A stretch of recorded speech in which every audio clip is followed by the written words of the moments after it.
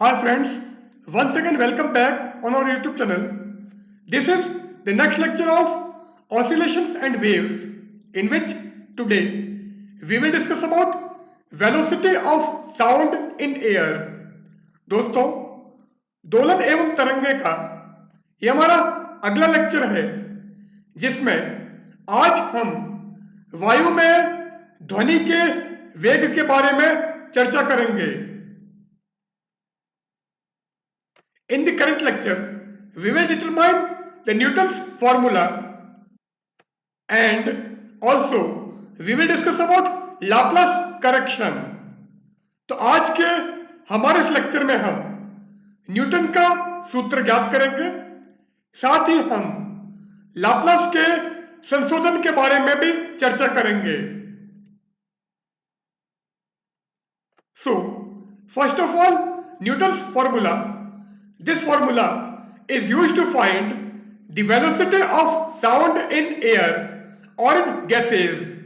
तो सबसे पहले न्यूटन का सूत्र, यह सूत्र वायु में या गैस में ध्वनि का वेग ज्ञात करने में प्रयुक्त होता है.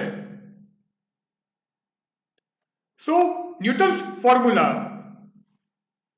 According to Newton, when sound wave passes through air, then it takes place under isothermal condition. Newton के अनुसार जब ध्वनि तरंग वायु में से गुजरती है तो यह समतापीय परिवर्तन होता है. It means the temperature of the gases remain same. अर्थात जब ध्वनि तरंग वायु में से गुजरती है तो माध्यम का ताप नियत रहता है. Let P and V be the initial pressure and initial volume of the gas respectively. माना गैस का प्रारंभिक दाब एवं प्रारंभिक आयतन क्रमशः P तथा V है. So P be the initial pressure and V be the initial volume of the gas. तो P गैस का प्रारंभिक दाब एवं V गैस का प्रारंभिक आयतन है. Also dP and dV be the change in pressure and change in volume respectively. साथ ही हमने यह माना कि दाब एवं आयतन में परिवर्तन क्रमशः dP तथा dV है, क्योंकि जैसे ही साउंड वेव एयर में से पास होगी तो जो चेंज होगा वो हमारा आइसोथर्मल होगा या यह परिवर्तन समतापीय होगा. It means in this condition pressure is changed by dP, volume is changed by dV and the temperature remain constant. अर्थात इस स्थिति में दाब में परिवर्तन dP, आयतन में परिवर्तन dV, जबकि ताप में कोई भी परिवर्तन नहीं होगा. Now from Boyle's law at constant temperature, तो नियत ताप पर बॉयल के नियम से, अब Boyle's law, Charles law, Avogadro's law, Dalton's law of partial pressure, ये सारे लॉज आप हमारे थर्मोडायनेमिक्स की प्लेलिस्ट के अंदर देख सकते हो. तो यहां पर ताप हमारा नियत है, इसलिए बॉयल के नियम के अनुसार PV इक्वल टू कॉन्स्टेंट. तो बॉयल के नियमानुसार स्थिर ताप पर PV का मान नियत रहता है. It means P1 V1 equal to P2 V2. So P1 means initial pressure, V1 means initial volume, P2 means final pressure and V2 means final volume. तो P1 V1 बराबर P2 V2. यहां P1 प्रारंभिक दाब, V1 प्रारंभिक आयतन, P2 अंतिम दाब तथा V2 अंतिम आयतन है। So PV equal to P plus DP into V minus DV। तो इनिशियल प्रेशर या प्रारंभिक दाब P, तो P1 की जगह हमने P लिख दिया, V1 की जगह हमने V लिख दिया है, and P2 is P plus DP। क्योंकि प्रेशर में चेंज DP है, तो प्रेशर या दाब हम DP बढ़ा रहे हैं, तो आयतन हमारा रिड्यूस हो जाएगा, वॉल्यूम में कमी होगी।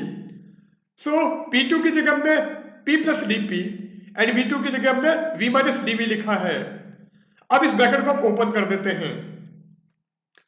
सो PV equal to PV minus PDV। So PV minus PDV। अब DP को V से एंड DP को DV से मल्टीप्लाई करेंगे, so plus VDP minus DP DV। Now इस PV से ये PV कैंसिल कर दो, सो PV से PV कैंसिल हो गया, DP and DV are very small, so DP into DV will be negligible। चूंकि DP तथा DV अत्यंत अल्प है, इसलिए DP DV का मान नगण्य होगा, इसलिए इसको हम नेग्लेक्ट कर देते हैं, नगण्य मानकर छोड़ देते हैं। It means 0 equal to minus PDV plus VDP, और माइनस PDV को आप इधर लेके जाओगे तो ये इक्वेशन क्या हो जाएगी, PDV is equal to VDP। So PDV equal to VDP and P equal to VDP by DV। तो P निकालना है तो DV को आप नीचे ट्रांसफर कर दो, so P equal to VDP by DV। If E be the volume elasticity constant, then from definition, यदि E आयतन प्रत्यास्थता गुणांक हो तो परिभाषा अनुसार E equal to volumetric stress upon volumetric strain. तो आयतन प्रत्यास्थता गुणांक आयतन प्रतिबल अपॉन आयतन विकृति होगा, and volumetric stress is equal to excess pressure. आयतन प्रतिबल दाब आधिक्य के बराबर होता है, एंड वॉल्यूमेट्रिक स्ट्रेन या आयतन विकृति dV बाई V होगी, change in volume upon initial volume होगी, या आयतन में परिवर्तन अपॉन प्रारंभिक आयतन के बराबर होगी। So E equal to DP upon DV by V। Here DP is change in pressure, यहां DP दाब में परिवर्तन है, सो V हमारा ऊपर चला जाएगा, so E equal to V dP by dV। So E equal to V dP by dV, but we have determined that P equal to V dP by dV, परंतु अभी हमने ज्ञात किया था कि P का मान V dP by dV के बराबर होगा if the sound wave passes through the gas and we assume that the change in medium is isothermal। यह सूत्र हमने यह मानते हुए ज्ञात किया है कि जब ध्वनि तरंग वायु में से गुजरती है तो माध्यम में परिवर्तन समतापीय होता है। अब इस इक्वेशन को और इस इक्वेशन को हम कंपेयर कर देते हैं, so by comparing these two equations, या इन दोनों समीकरणों की तुलना करने पर, so right hand side same है, इसका मतलब लेफ्ट हैंड साइड भी हमारी सेम होगी। So E equal to P, and in this case E is isothermal elasticity। इस अवस्था में E समतापीय प्रत्यास्थता होगी। Now since velocity of longitudinal waves in gases, चूंकि गैसों में अनुदैर्ध्य तरंग का वेग V equal to square root of E by rho, तो ये हमने हमारे पुराने लेक्चर में निकाला था कि अगर गैस में से अनुदैर्ध्य तरंग गुजरती है तो उसका वेग V equal to under root E by rho होता है। So in our previous lecture we have determined that when a longitudinal wave passes through the gases, then its velocity will be v equal to square root of e by rho. But here e equal to p, परंतु यहां पर e का मान p है, तो इस e की जगह p रख दो, so v की वैल्यू आ जाएगी v equal to square root of p by rho, and this is the velocity of sound in air. यह वायु में ध्वनि का वेग है, and this formula is known as Newton's formula. यह सूत्र न्यूटन का सूत्र कहलाता है. Now at 0 डिग्री सेंटीग्रेड, तो 0 डिग्री सेंटीग्रेड ताप पर P equal to 1.01 into 10⁵ newton per metre square. तो दाब का मान एक वायुमंडलीय या दाब का मान 1.01 into 10⁵ newton per metre square होता है, and the density is 1.29 kilogram पर मीटर क्यूब, तथा घनत्व का मान 1.29 किलोग्राम पर मीटर क्यूब होता है. Since v equal to root of p by rho, तो अभी हमने वायु में ध्वनि का वेग ये ज्ञात किया था.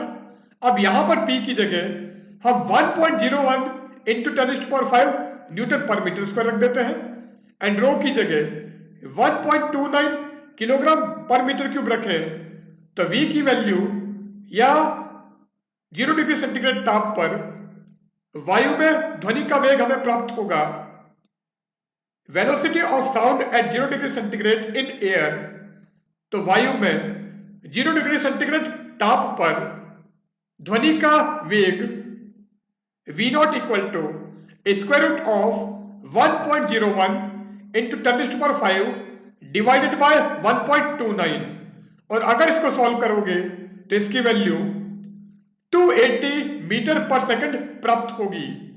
सो this will be the velocity of sound at 0 degree centigrade in air according to Newton's formula. तो न्यूटन के सूत्र के अनुसार जब ध्वनि 0 डिग्री सेंटीग्रेड ताप पर वायु में से गुजरती है तो उसका वेग 280 मीटर पर सेकंड होता है. But actual value of velocity of sound at 0 degree centigrade in air is 332 metre per second. परंतु वास्तव में 0 डिग्री सेंटीग्रेड ताप पर वायु में ध्वनि का वेग 332 मीटर पर सेकेंड होता है. इसका मतलब जो हमने न्यूटन फॉर्मूला से वैल्यू निकाली है उसके अंदर एरर है. वो एरर या त्रुटि कितनी है, and the percentage error in this value is 16%. तो इस मान में त्रुटि 16% होती है. So there is definitely some problem in Newton's formula. तो निश्चित रूप से न्यूटन के सूत्र में कुछ समस्या है जिसके कारण हमें इतनी अधिक त्रुटि प्राप्त हो रही है, and this problem is solved by Laplace. इस समस्या का हल लाप्लास ने ज्ञात किया था. So Newton could not explain the reason of this error, and the reason of this error was given by Laplace. तो लाप्लास ने न्यूटन के सूत्र में जो समस्या थी उसका कारण बताया. सो लाप्लास करेक्शन क्या है वो अब हम डिस्कस करते हैं. नाउ लाप्लास करेक्शन या लाप्लास संशोधन. So Laplace correction. According to Laplace, the compression and rarefaction in sound waves occur so rapidly that the gain of heat due to compression and loss in heat due to rarefaction cannot be communicated to the surrounding. तो Laplace के अनुसार जब ध्वनि तरंग वायु में से या किसी गैस में से गुजरती है तो संपीड़न एवं विरलन इतने अधिक तीव्रता से होते हैं कि संपीड़न की अवस्था में ग्रहण की गई ऊष्मा एवं विरलन की अवस्था में क्षय की गई ऊष्मा का मान सराउंडिंग या परिवेश को प्रदान नहीं किया जा सकता है। तो जो चेंज हो रहा था वो इतना फास्ट है, इतना रैपिडली है कि इतना इजीली या इतना फास्ट हीट सराउंडिंग में ट्रांसफर नहीं होती है। So the temperature of medium does not remain constant. इसलिए माध्यम का ताप नियत नहीं रहता है। तो न्यूटन ने जो बताया था कि जब ध्वनि तरंग किसी गैसीय माध्यम में से गुजरती है तो माध्यम का ताप नियत रहता है। यह जो चेंज है वो हमारा आइसोथर्मल है, समतापीय है। पर लाप्लास के अनुसार टेम्परेचर मीडियम का कांस्टेंट नहीं रहता है या माध्यम का ताप नियत नहीं रहता है। Therefore, the changes occurring in the medium due to propagation of sound wave are adiabatic, not isothermal. इसलिए ध्वनि तरंग के संचरण के कारण माध्यम में परिवर्तन रुद्धोष्म होता है। So, the Boyle's law cannot be applicable and hence the adiabatic gas equation should be used. इसलिए बॉयल का नियम इस अवस्था में प्रयुक्त नहीं किया जा सकता है। इस अवस्था में हम रुद्धोष्म गैस समीकरण का प्रयोग करते हैं क्योंकि बॉयल्स लॉ टेम्परेचर अगर कांस्टेंट है उसी केस में एप्लीकेबल है। तो यदि ताप का मान नियत रहता है तो बॉयल का नियम कार्य करता है और यहां पर टेम्परेचर कांस्टेंट नहीं है या ताप का मान नियत नहीं है, इसलिए हम बॉयल का नियम प्रयोग में नहीं ला सकते हैं। यहां पर हम रुद्धोष्म गैस समीकरण का प्रयोग करते हैं। So here we use adiabatic gas equation and for an adiabatic change या रुद्धोष्म परिवर्तन में PV raise to gamma equal to constant, PV raise to gamma का मान नियत रहता है।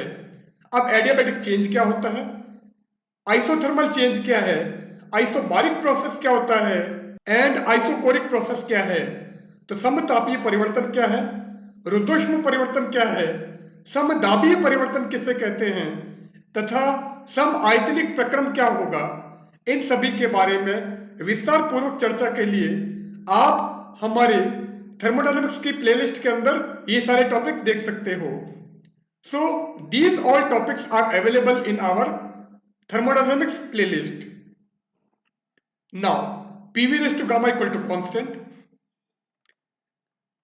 और P1V1 raise to gamma equal to P2V2 raise to gamma.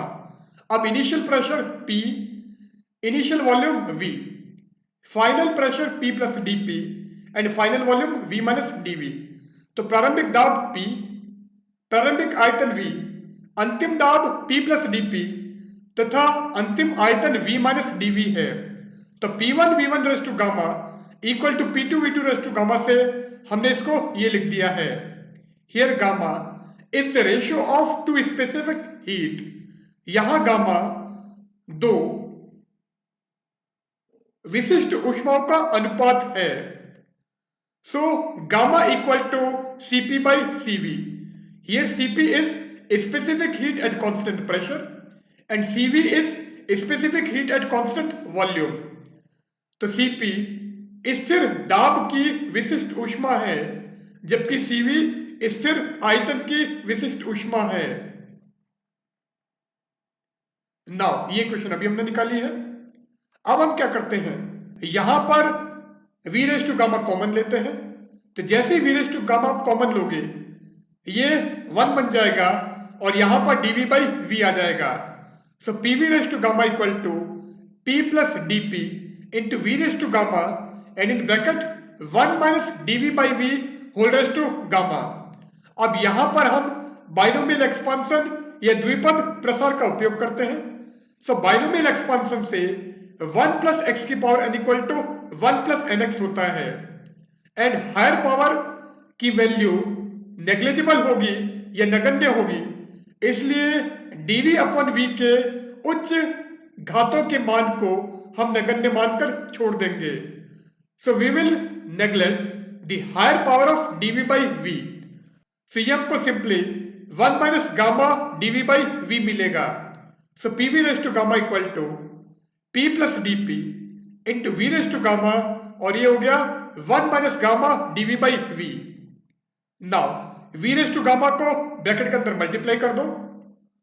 So p plus D P, we raise to gamma को 1 से मल्टीप्लाई किया तो V raise to gamma minus gamma and V raise to gamma upon v हो जाएगा V raise to gamma minus 1 and ये dv as it is.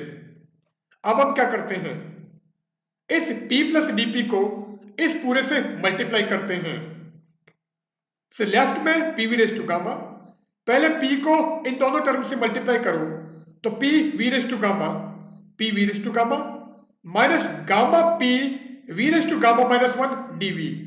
So minus gamma p V raise to gamma minus 1 dv। अब dp को दोनों से multiply करो तो पहले dp को हम वी रेस टू गामा से मल्टीप्लाई करते हैं। So V raise to gamma dp and अब dp को इससे मल्टीप्लाई करोगे, so minus gamma V raise to gamma minus 1 dp dv। Now p V raise to gamma से p V raise to gamma cancel कर देते हैं। So p V raise to gamma से p V raise to gamma cancel हो गया। अब dp and dv are very small, so dp into dv will be negligible. तो dp तथा dv का मान अत्यंत अल्प है, इसलिए dp dv का मान नगण्य होगा। तो इसको हम नेग्लेक्ट कर देते हैं, नगण्य मानकर छोड़ देते हैं। So 0 equal to minus gamma P we raise to gamma minus 1 dv plus V raise to gamma dp, और ये सारा हमारा 0 हो गया है। सो अगर हम इसको लेफ्ट में लेके जाएं तो ये क्या हो जाएगा, V raise to gamma dp equal to gamma p V raise to gamma minus 1 dv। Now V raise to gamma minus 1 dv को इसके नीचे ले जाओ। So V raise to gamma upon V raise to gamma minus 1 dp by dv equal to gamma p। अब V raise to gamma minus 1 को हम ऊपर लेकर आ जाते हैं।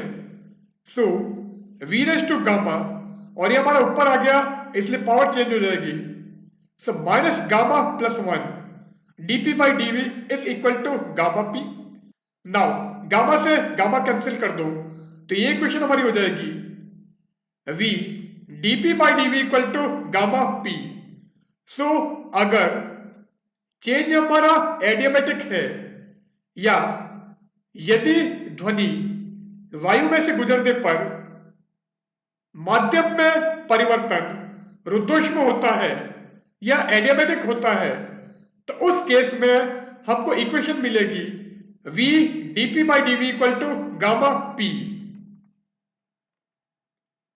नाउ ये क्वेश्चन अभी हमने निकाली है and according to the definition of volume elasticity constant तथा आयतन प्रत्यास्थ गुणांक की परिभाषा से E equal to V dp by dv।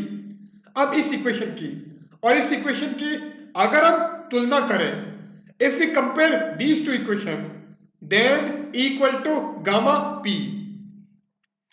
So E equal to gamma p. Since velocity of longitudinal waves in gases, चूंकि गैस में अनुदैर्ध्य तरंग का वेग v equal to square root of e by rho, और यहां पर e की वैल्यू हमको गामा p मिली है, तो इस e की जगह गामा p रख दो, तो v क्या हो जाएगा, v equal to square root of gamma p upon rho, and this is the velocity of sound in air. तो लाप्लास के अनुसार वायु में ध्वनि का वेग v equal to root of gamma p upon rho होगा। But according to Newton formula v equal to root of p by rho, और न्यूटन ने चेंज जो मीडियम में माना था वो आइसोथर्मल माना था, या माध्यम में परिवर्तन समतापीय माना था। तो न्यूटन के सूत्र के अनुसार वायु में ध्वनि का वेग 280 मीटर पर सेकंड होता है, तो रूट p अपॉन रो की जगह हम 280 रखें, तो लाप्लास फॉर्मूले को हम क्या लिख सकते हैं, v equal to 280 root gamma. तो या तो ये फॉर्मूला यूज करो या फिर ये फॉर्मूला यूज करो, दोनों हमारे सेम है। So this is the Laplace formula to find the velocity of sound in air. तो लाप्लास के अनुसार वायु में ध्वनि का वेग इस सूत्र से दिया जाएगा, और v equal to 280 root gamma, and for air gamma equal to 1.41। वायु के लिए गामा का मान 1.41 होता है, तो इस गामा की जगह 1.41 रखो, तो v क्या आ जाएगा, v इक्वल टू 280 रूट 1.41, और इसको अगर सॉल्व करोगे then it will be 332.5 metre per second. तो लाप्लास के अनुसार वायु में ध्वनि का वेग 332.5 मीटर पर सेकेंड होता है, जबकि एक्सपेरिमेंटल वैल्यू ये प्रायोगिक मान 332 मीटर पर सेकेंड है, और यहां पर हमको 332.5 मीटर पर सेकेंड मिला है। इसका मतलब ये प्रायोगिक मान के लगभग बराबर है। It is approximately equal to the experimental value. It means when the sound crosses through the air, then the change in medium will be adiabatic, not isothermal। तो जब ध्वनि तरंग वायु में से गुजरती है तो माध्यम में परिवर्तन निश्चित रूप से रुद्धोष्म होगा, न कि समतापीय होगा। Since this velocity, which velocity? This one. Since this velocity is very close to 332 metre पर सेकंड, क्योंकि यह मान 332 मीटर पर सेकंड के लगभग बराबर है, therefore the change in medium is definitely adiabatic, not isothermal, when sound wave passes through the gases। तो जब ध्वनि तरंग गैस में से गुजरती है तो माध्यम में परिवर्तन निश्चित रूप से रुद्धोष्म होगा, यह परिवर्तन समतापीय नहीं होगा। So here we end our session. In the current session we have determined the velocity of sound wave in air, and for it we find the Newton's formula and Laplace correction. So goodbye.